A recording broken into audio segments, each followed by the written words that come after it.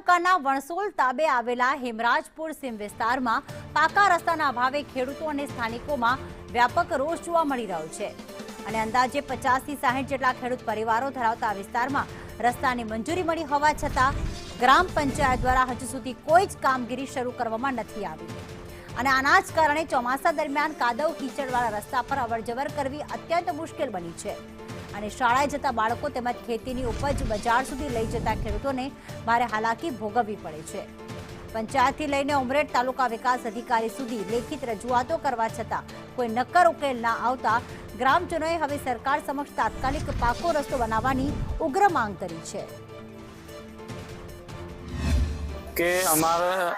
3 વર્ષથી CC road pass થયો છે। અમે તપાસ કરી તો બનાવેલો બતાવ્યો છે પણ બન્યો નથી અને અમારે મુશ્કેલી એવી છે કે ચોમાસું આવ્યું છે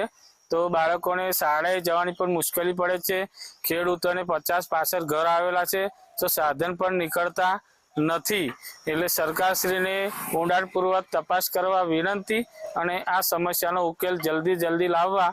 પ્રયત્ન કરે એ જ અમારી અપેક્ષા। અને ગ્રામ પંચાયત વણસોલ લાગે છે બળદેવ મંદિર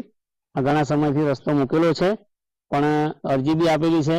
મામલતદારમાં બી આલેલી છે ઉમરેઠ કલેક્ટરને બી આપેલી છે એ સતત થયો નથી અને 50